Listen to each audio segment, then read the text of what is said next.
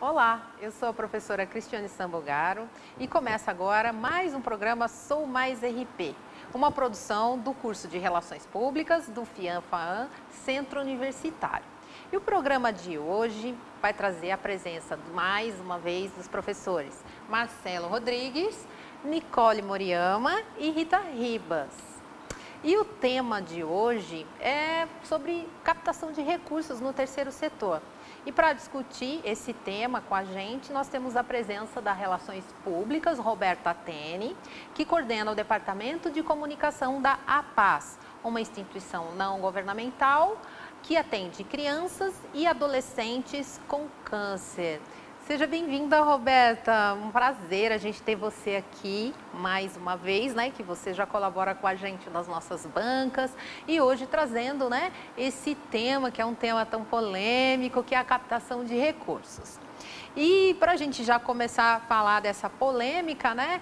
A gente sabe que captação de recursos é uma espécie de bicho-papão dentro do meio, dentro do terceiro setor, porque às vezes os alunos perguntam, nossa, mas é difícil fazer essa captação, a parte, né, mais complicada. E a gente percebe também, né, que dentro desse diálogo aí, de quebrar um pouco esse tabu, a gente acaba melhorando esse relacionamento, né, e facilitando. Então, eu queria que você explanasse a respeito dessa questão do tabu e também como que a gente pode quebrar, nós como profissionais de relações públicas, quebrar esse tabu da captação de recursos. É uma alegria fazer parte novamente das atividades da faculdade, do Centro Universitário, FIAM-FAAM. E é muito interessante sua pergunta, Cris, porque realmente as pessoas têm muito tabu em relação a isso, né? A captação de recursos, ela tem aí uma áurea como se fosse uma coisa muito difícil e tem suas dificuldades, como todas as outras áreas, mas é muito importante que a gente pense o valor que tem a captação de recursos, né? A instituição, ela se mantém porque ela capta recursos financeiros, mobiliários, pessoais, para poder dar continuidade às suas atividades de atendimento. E falando um pouco dessa coisa do tabu, a captação de recursos, ela é assim como uma representação comercial para uma empresa. Você apresenta a instituição para o mercado, você mostra as possibilidades de cooperação e desenvolve ações para que esse público venha e seja cativo e participe, colabore e esteja sempre junto, né, da gente. Então, não é esse tabu todo que a gente cria, porque, na verdade, se a gente souber planejar, desenvolver estratégias, entender a necessidade da instituição, entender a necessidade do público, né, o que o público está vendo, quais são as importâncias, a gente vai conseguir definir melhor os critérios, a quem direcionar nossas ações e como fazer a melhor ação de captação de recursos. Então, o profissional de comunicação hoje, ele tem, sim, perfil para essa atividade. É muito importante a gente pensar que nós temos todo um conhecimento agregado de planejamento, de diagnóstico, de pesquisa, de ação, que vai nos favorecer na hora de fazer também um plano de captação de recursos. Que aí a gente pode cruzar a comunicação com a captação de recursos e fazer um projeto consistente e que vai atender às necessidades da instituição. Uma das alunas que desenvolve o seu projeto de conclusão de curso, né? E ela colocou uma questão exatamente sobre esse tema, né? Já aproveitando essa questão de melhorar essa imagem, de quebrar esses tabus.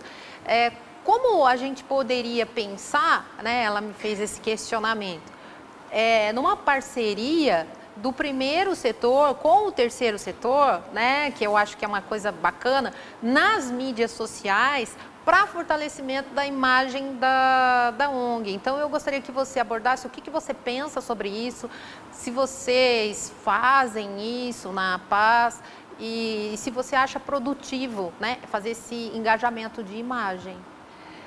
O terceiro setor, ele surgiu para atender uma necessidade, uma falta do primeiro setor, né? A partir daí a gente já pode ter uma premissa inicial de que o trabalho deveria ser conjunto. Nós entendemos que há umas deficiências no primeiro setor, no qual ele não compreende a sociedade, e então a sociedade como um todo se mobiliza e cria aí diversas instituições para atender esses déficits, né? É muito interessante a gente ter essa parceria do terceiro setor com o primeiro setor. Mas não é tão simples como a gente imagina. É necessário aí algumas estratégias de relações governamentais, de atuação de políticas públicas, de ações em conjunto. Muitas delas, o que pode ser feito para a área digital, é a parte de educação. Porque o governo, muitas vezes, ele quer e deseja ter uma posição maior de divulgação de educação, de formação social. E aí, a instituição, trabalhando com isso, ela consegue trazer conteúdo para a sociedade e também se aproximar do governo, né?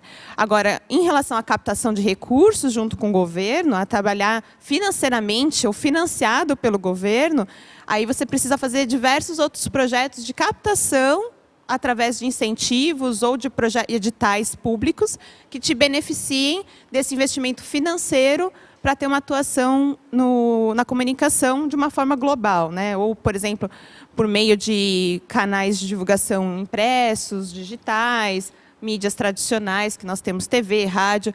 Há formas de você trabalhar em conjunto, como, por exemplo, também tem várias mídias do próprio governo que você pode ir ali e apresentar uma pauta, uma sugestão e trabalhar conveniado com eles. Mas é uma coisa que você tem que ter bastante critério, saber com quem você está trabalhando, de que forma você vai falar, e aí, assim, apresentar um plano de colaboração. Perfeito. Eu acho que da sua fala também a gente pode ressaltar a necessidade desse relacionamento, né, da instituição com os seus públicos diversos, os seus públicos de interesse. E na captação, é uma forma de relacionamento. Você vai ter que fidelizar esses seus públicos a fim de ter uma parceria financeira. Eu queria que você falasse um pouco sobre essas ferramentas, principalmente de régua de relacionamento. O que você acha da importância e se você sugere alguma delas. É super importante, né? A instituição ela tem que se beneficiar através de ações de relacionamento. Acho que aí também a gente vê que o Relações Públicas se torna um profissional bem capacitado para isso. Porque as pessoas elas não querem ser mais uma entre as organizações, né? Tem tantas instituições, calcula-se aí 400 mil ONGs no Brasil. Quer dizer, todas elas falando com todos os brasileiros. Como você vai se diferenciar? Como você vai se posicionar no mercado para ter aí uma relação mais aproximativa, que a pessoa continue doando, continue se interagindo com a sua instituição, divulgando a sua instituição, sua causa. É um cuidado pessoal que você tem com a pessoa, né? É uma comunicação dirigida que a gente trata. E nesse aspecto, essas ferramentas, como desde o básico, do banco de dados, do CRM, no qual você já define todas as informações daquele público, até uma análise estratégica sobre como que vai ser aquela condução do relacionamento, um processo dinâmico daquele relacionamento. Então a pessoa entrou em contato comigo, eu fiz X, Y, Z processos para chegar a tal ponto.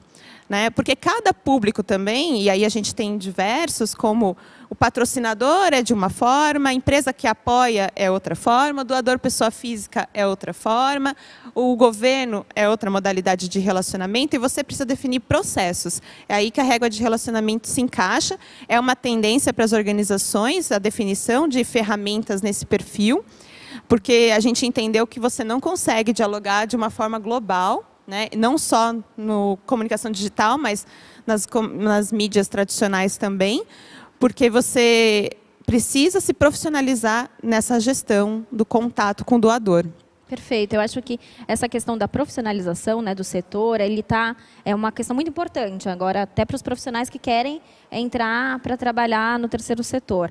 E cada vez mais a comunicação vem ganhando um espaço muito importante, né? Até as premiações, isso é um pré-requisito, a forma como você se comunica com os seus públicos e você dá visibilidade àquilo que você faz no processo de transparência. Então, eu queria também que você falasse um pouquinho sobre isso, sobre essa sua experiência, da importância da comunicação dentro de uma instituição sem fins lucrativos.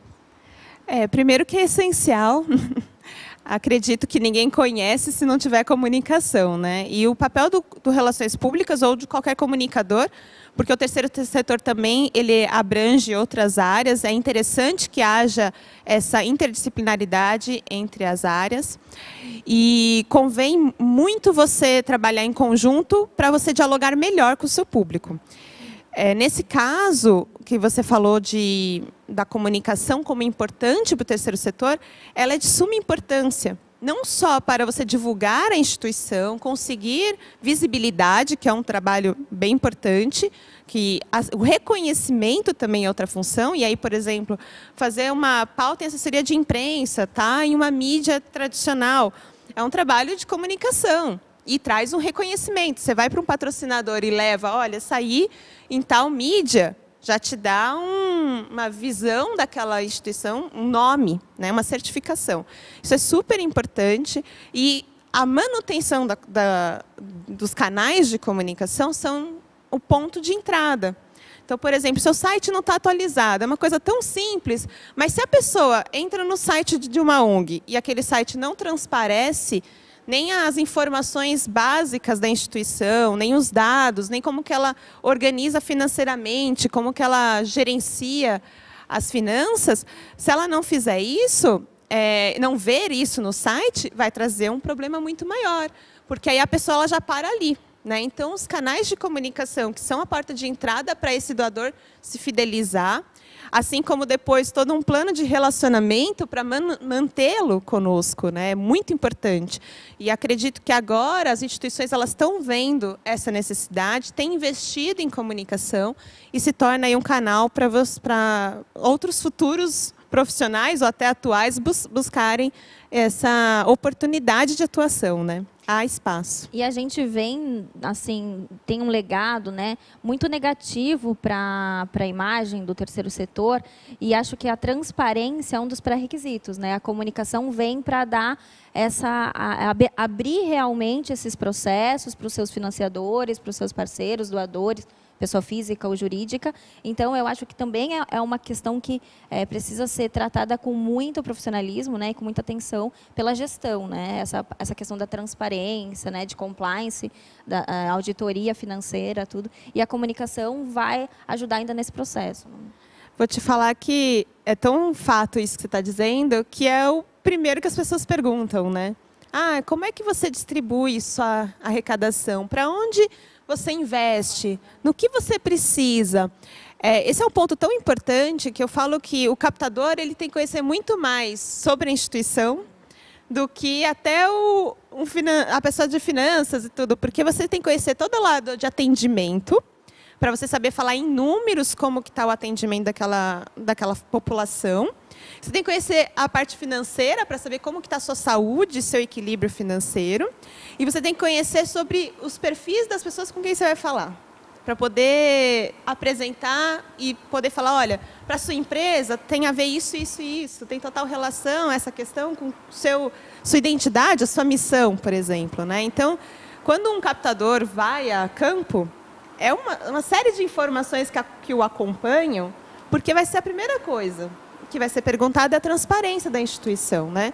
O terceiro setor ele é uma dos setores mais cobrados pelo governo, pela sociedade em geral, e o que é muito certo, né? A sociedade doa, eu quero saber para onde meu dinheiro foi. O governo ele quer saber se você está sendo justo naquilo, ainda mais onde a gente tem um cenário que nem 100% dos casos as pessoas são fiéis, né, à realidade do terceiro setor, que é um setor super importante, mas a gente vê que tem uns desvios, e a gente tem que, além de ter todo um trabalho de manutenção, de segurança, de fidelidade, a gente também tem que combater esses maus que vêm, né, para nós. Então, a transparência, as informações, a clareza das informações é de muita importância. A gente conseguiu lançar recentemente, no ano passado, a gente fez o relatório de atividades lá na instituição. E é tão bacana, porque você vai visitar um empresário, você já leva. A primeira pergunta que ele vai fazer, que é o que a instituição faz e como é que é a parte financeira, está lá. né? Então, é um documento, por exemplo, que a gente providencia, tem total relação com a comunicação, mas é um material necessário para todas as instituições. E aí tem outras ferramentas que você pode fazer para modernizar e atender, mas esse é tão básico e necessário e essencial, mas que mexe exatamente na transparência. Roberta, diga para a gente, quais as formas mais eficientes para a captação de recursos? Conta o segredo. Não tem fórmula pronta, né? Acho que para praticamente tudo você acaba analisando do perfil, né? A gente precisa ver se a instituição tem condições de fazer aquela ação e a gente precisa verificar se o público com o qual a gente está se relacionando, qual é o melhor canal. Mas há várias formas. Por exemplo, eventos é uma modalidade de captação bem importante. Você precisa ter equipe, precisa ter uma estrutura, precisa ter investimento, né? Nem todas as organizações têm condições para fazer um bom evento ou não tem público para esse perfil, né? Mas você pode fazer vários tipos de eventos para empresários, eventos para doadores, eventos só de mobilização, participação de feiras, N outras opções. Tem também a captação do doador. O doador sócio, aquele que doa mensalmente, que a gente pode chamar de um mantenedor, esse é um doador muito interessante. A gente pouco pensa, às vezes, nele, mas ele é a base. Por quê? Ele, além de captar, doar todo mês, a sequência dessa doação, né, a continuidade dessa doação é muito maior.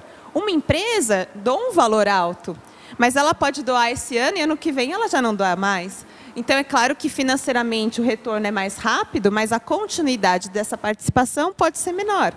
Mas o doador mantenedor, se você souber trabalhar bem com ele, você vai ter aí um doador firme, seguro para você, que num momento de crise ele pode até diminuir a doação, mas ele vai continuar doando. A possibilidade de doação dele é muito maior, é muito mais contínua.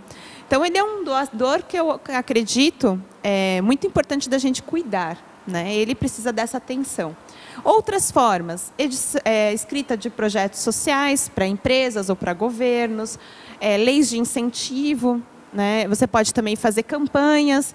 Por exemplo, você tem um bazar beneficente, você faz uma campanha de doação de roupas através da instalação de caixas de coleta, ou o cofrinho que você põe nos centros comerciais.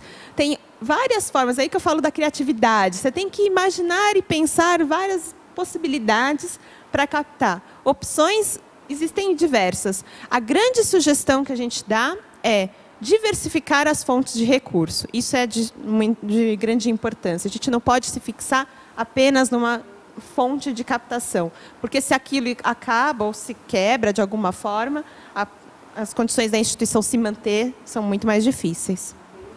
Importante, né, Rô? Rô, e como que funciona a questão da dedução dos impostos para as empresas que doam para as organizações? A organização, para ela receber doação por dedução do imposto, ela tem que ter as certificações, conforme cada modalidade, e aí ela vai buscar, através de fundos municipais, a participação, a apresentação de um projeto social. Então, ela apresenta para esse conselho, conforme o perfil do trabalho dela, né? Então, por exemplo, no nosso caso, a gente tem o FUNCAD, que é o Fundo Municipal da Criança e Adolescente. Mas tem outras opções, tem do idoso, tem da saúde. Você escolhe a modalidade que tem mais seu perfil, apresenta o projeto social, mas para isso você tem que ter algumas certificações, utilidade pública federal, municipal, muitas vezes um SEBAS, que é um certificado de assistência social. Você tem que ver qual é a certificação necessária para você participar daquele projeto, apresentar. Sendo aprovado, você vai até as empresas que, conforme o perfil daquele edital, estão de acordo, e você consegue solicitar a doação e eles deduzirem no imposto. Normalmente, o próprio contador da empresa, a parte financeira, já sabe como fazer essa dedução, e aí vai para o caixa do fundo, e depois eles vão destinando a verba conforme as parcelas acordadas pelo edital. É um processo bem complexo, né, Rô? E demorado também. Mas ele é muito importante, né? Ter as certificações é essencial para a instituição. Acho que e a dedução do imposto é um caminho muito rápido de você conseguir a participação de empresas, né? Só tem que tomar cuidado o perfil da empresa e para fazer ligações, conexões para você também, porque você vai ter que divulgar aquela parceria, né? Você tem que também dar uma contrapartida para a empresa que está te doando.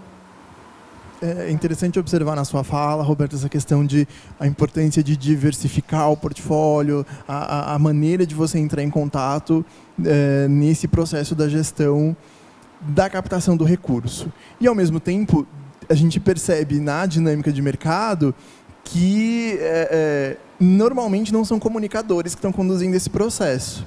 Como é que você percebe isso? Você vê muito mais como uma questão de...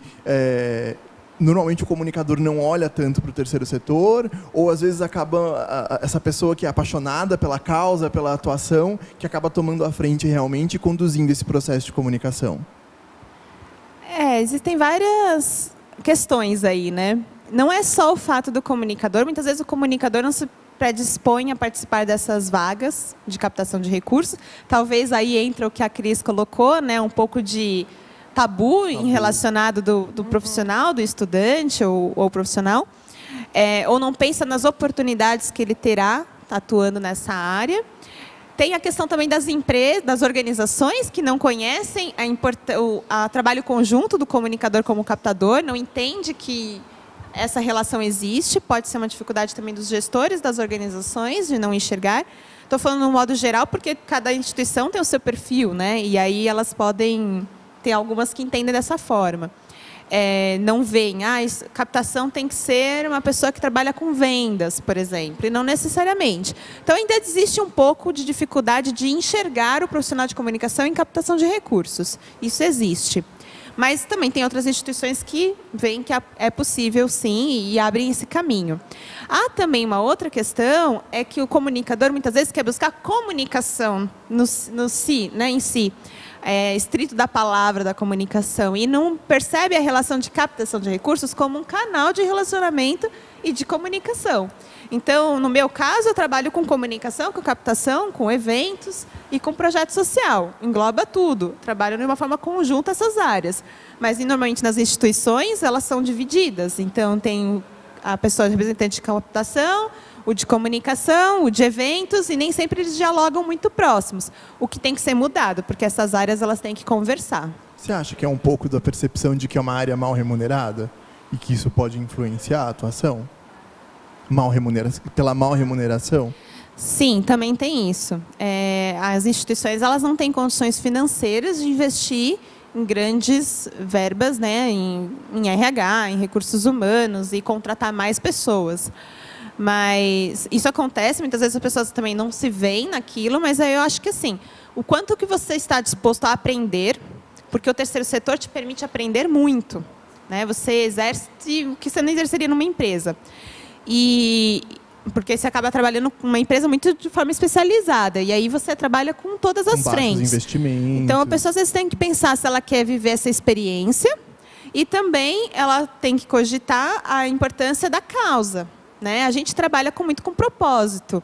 Então, o caso, por exemplo, o meu, a gente vê a importância do nosso trabalho direto, o valor daquilo que a gente faz representa de forma imediata para a necessidade da população. Pensando no aluno de Relações Públicas nosso hoje, quais são as dicas que você recomendam como essenciais para esse período de formação dele, quando ele tem interesse em atuar no terceiro setor? É importante que ele seja muito aberto, né, dinâmico, uma pessoa muito flexível também. Né? A gente vê no terceiro setor a importância de você trabalhar com as pessoas, você ter cuidado na fala, em como falar, dialogar com as pessoas, em como tratar esse relacionamento. Um profissional de RP ou um profissional de comunicação que queira trabalhar no terceiro setor, ele não pode ser estagnado, ele tem que sempre estar dinâmico, aprendendo coisas novas, porque, como a gente falou, você acaba trabalhando muito com todas as áreas. Então, se você não for ágil em várias coisas, né, ou gostar da comunicação como um todo, porque aí, no caso, a gente pode tratar que é comunicação integrada nesse sentido, né? Se você não souber ou falar, não gosto muito disso, ou você aproveita a oportunidade para aprender e repensar essa forma de ver aquela determinada função, ou você vai perder mercado, porque o o terceiro setor você tem que ser muito rápido na inovação, em criar estratégias. Como a gente falou de diversificação de captação, então a gente tem a comunicação digital, por exemplo, que hoje é um grande canal. O terceiro setor precisa se comunicar melhor nesse sentido. Saber lidar um pouco com tecnologia, saber escrever para uma mídia impressa, saber falar com jornalista, falar com eventos. A dinâmica do dia a dia do trabalho é muito grande, você trabalha com tudo. Então, você tem que ser bem aberto e gostar de fazer a comunicação 360. Um setor promissor, né? E eu acho que nosso tempo, assim, estourando. Falei para a Roberta, vai passar rápido, Roberta, passa, né? Porque é um assunto rico, a gente tem uma comunidade acadêmica muito interessada. Eu acho que hoje você trouxe uma colaboração maravilhosa, né, para esse tema que a gente discute, né, em sala de aula, e muitas vezes nós somos abordados, né, o que fazer, como que eu posso atuar, e principalmente... Eu acho que aí você de casa, você está pensando, Roberta trouxe grandes dicas, principalmente para quebrar o tabu e pensar, né, como o professor Marcelo colocou, pensar nas novas competências, que skills são essas, né, que os alunos precisam ter para atuar nesse setor. E ser feliz dentro desse momento de atuação, que o importante é isso, se encaixar no setor que mais interessa. Então, muito obrigada. Foi um prazer para nós, gostaria de agradecer os meus colegas que sempre também abrilhantam esse momento nosso aqui no programa, e a você, as nossas portas estão sempre abertas, volte quando quiser. E para você aí que nos assiste, se você gostou, esse foi mais um programa Sou Mais RP, uma produção do curso de Relações Públicas da FIAM-FAAM Centro Universitário. E nós gostaríamos que você curtisse, comentasse, compartilhasse, deixasse as suas ideias também aqui abaixo desse programa para os próximos, né, temas para os próximos programas que a gente com certeza vai produzir para você. E nós esperamos você no nosso próximo programa. Até lá!